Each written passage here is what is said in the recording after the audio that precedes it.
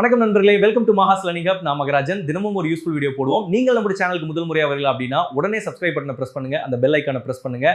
அப்பதான் நான் அப்லோட் பண்ற வீடியோ உங்களுக்கு உடனடியாக நோட்டிபிகேஷனா வரும். இது ஃப்ரீ தான். முழு வீடியோவையும் ஸ்கிப் பண்ணாம பாருங்கள். சரி, வாங்க வீடியோக்குள் போகலாம்.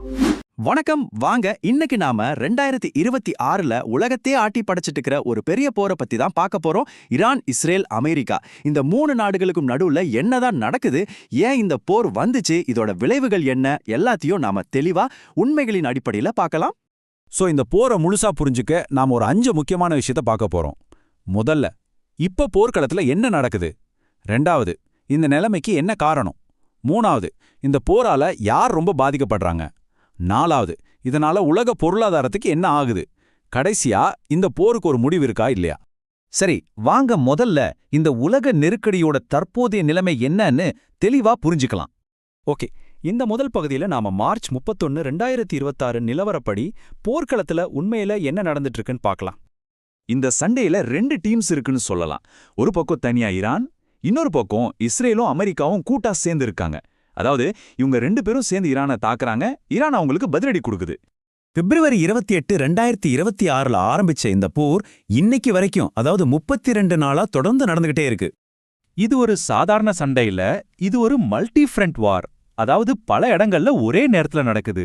ஒரு பக்கம் அமெரிக்காவும் இஸ்ரேலும் ஈரானோட முக்கியமான இடங்களான ராணுவ தலைவர்கள், மிலிட்டரி பேஸ், நியூக்ளியர் சைட்ஸ் எல்லாத்தையும் டார்கெட் பண்றாங்க. இன்னொரு பக்கம் ஈரான் சும்மா இல்லாம இஸ்ரேலையும், குவைத், ஈராக்ல இருக்கிற அமெரிக்க ராணுவ தளங்களையும் தாக்குது. இது போதாதுன்னு லெப்னான்ல இருந்து ஹிஸ்புல்லா அமைப்பும் இஸ்ரேல் மேல தாக்குதல் நடத்துறாங்க. டெய்லி சண்டை தொடர்ந்துகிட்டே இருக்கு. சரி, இப்போ என்ன நடக்குதுன்னு நமக்கு தெரியும்.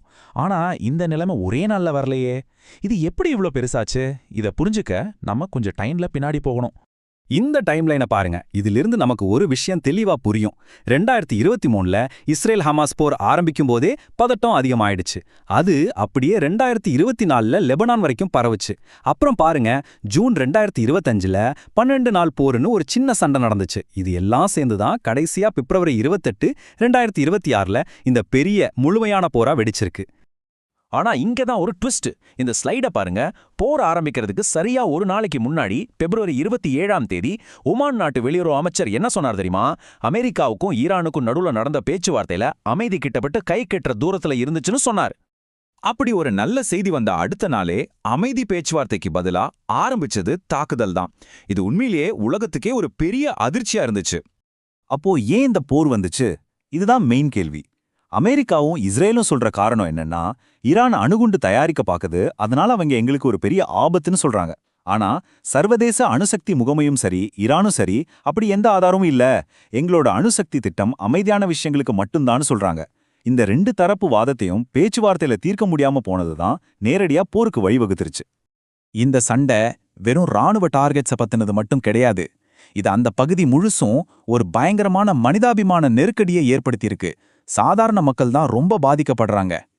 யோசிச்சு பாருங்க, லெபனான்ல மட்டும் கிட்டத்தட்ட 10 லட்சம் பேர் அவங்க வீடுகளை விட்டு வெளியேறிட்டாங்க. இது அந்த நாட்டின் மொத்த மக்கள் தொகையில 20%, அதாவது 5ல் ஒருத்தர் அகதியா மாறிட்டாங்க. இந்த டேபிள்ல இருக்கிற நம்பர்ஸ் உறுதி செய்யப்பட்ட உயிரிழப்புகளை பத்தினது. இது எந்த ஒரு பக்கமும் சாராம உண்மையான நிலவரத்தை காட்டுது. பாருங்க, ஈரான்ல 3000க்கும் அதிகமானோர், லெபனான்ல 1000க்கும் அதிகமானோர் இறந்திருக்காங்க. இஸ்ரேல், ஈராக், குவைத்னு பல நாடுகள்ல மக்கள் இந்த போரோட விலைய புடிச்சிட்டு இருக்காங்க. சரி, இந்த போரு எங்கேயோ மத்திய கிழக்குல நடக்குது, இதனால நமக்கென்ன அப்படின்னு நினைக்கலாம். ஆனா இந்த போரோட பாதிப்பு உலக பொருளாதாரம் வழியா நம்ம வீட்டு பட்ஜெட் வரைக்கும் வருது. அது எப்படின்னு பார்க்கலாம். பொருளாதார பாதிப்பை புரிஞ்சிக்க நாம இந்த ஹார்முஸ் ஜலசந்திய பத்தி தெரிஞ்சுக்கணும். இது ஒரு சின்ன கடல் வழி. ஆனா எவ்வளவு முக்கியம் தெரியுமா? உலகத்தோட மொத்த பெட்ரோலியம் சப்ளைல 20%, அதாவது 5ல் 1 பங்கு இந்த வழி மூலியமா தான் போகுது. இப்போ ஈரான் இந்த வழியில கப்பல் போக்குவரத்தை தடை செஞ்சதால பெரிய பிரச்சனை. இதோட நேரடி விளைவு நம்ம பெட்ரோல் பங்க்ல தெரியுது. இந்த தடை காரணமா வரலாற்றிலேயே இல்லாத அளவுக்கு எண்ணெய் சப்ளைல ஒரு பெரிய பாதிப்பே ஏற்பட்டிருக்கு.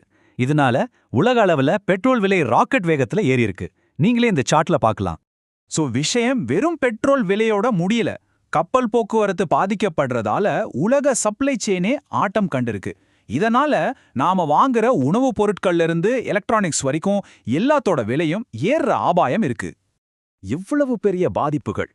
சரி, இந்த போருக்கு ஒரு முடிவு கட்ட முடியுமா? அமைதி திரும்ப வாய்ப்பு இருக்கா? கண்டிப்பா முயற்சிகள் நடந்துட்டு தான் இருக்கு. பாகிஸ்தான், துருக்கி, எகிப்து, சவுதி அரேபியா மாதிரி நாடுகள் பேச்சுவார்த்தை நடத்துறாங்க.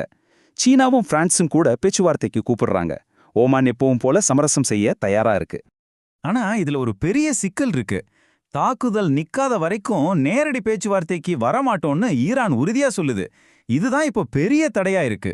நம்ம ஒரு விஷயத்தை தெளிவா புரிஞ்சுக்கணும். இந்த போர் திடீர்னு வந்த ஒரு பிரச்சனை கிடையாது. இது பல வருஷங்களா, பல 10 வருஷங்களா ஈரானுக்கும் அமெரிக்கா இஸ்ரேல் கூட்டணிக்கும் நடுவுல இருந்துகிட்டு இருக்கிற ஒரு ஆழமான பகைமையோட வெடிப்பு. பல வருஷங்களா எல்லா தரப்பும் செஞ்ச தவறுகள் தான் இந்த நிலைக்கு காரணம். அதனால இவனதான் முழு தப்புன்னு யாரையும் கை காட்ட முடியாது. இது நம்மள ஒரு முக்கியமான கேள்விக்கு கூட்டிட்டு போகுது. இத்தனை வருஷ பகைய, இத்தனை வருஷமா தோல்வி அடைஞ்ச பேச்சுவார்த்தை இப்ப மட்டும் தீர்த்து வைக்குமா? இதுதான் இன்னைக்கு உலகமே கேக்குற கேள்வி. இந்த விவரங்கள் எல்லாமே மார்ச் 31, 2026 நிலவரப்படி திரட்டப்பட்டது.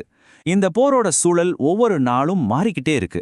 நாங்க உங்களுக்கு தொடர்ந்து தெளிவான, உண்மையான தகவல்களை கொண்டு வரோம். நன்றி. நன்றி நண்பர்களே. இந்த வீடியோ உங்களுக்கு யூஸ்ஃபுல்லா இருந்துச்சுன்னு நினைச்சீங்கன்னா லைக் பண்ணுங்க, ஷேர் பண்ணுங்க, சப்ஸ்கிரைப் பண்ணிட்டு மறக்காம பெல் ஐகானையும் பிரஸ் பண்ணுங்க. இருங்க அடுத்து என்ன டாபிக் வேணும்னு கமெண்ட்ல சொல்லுங்க. அடுத்த வீடியோவில் சந்திப்போம். நன்றி, வணக்கம்.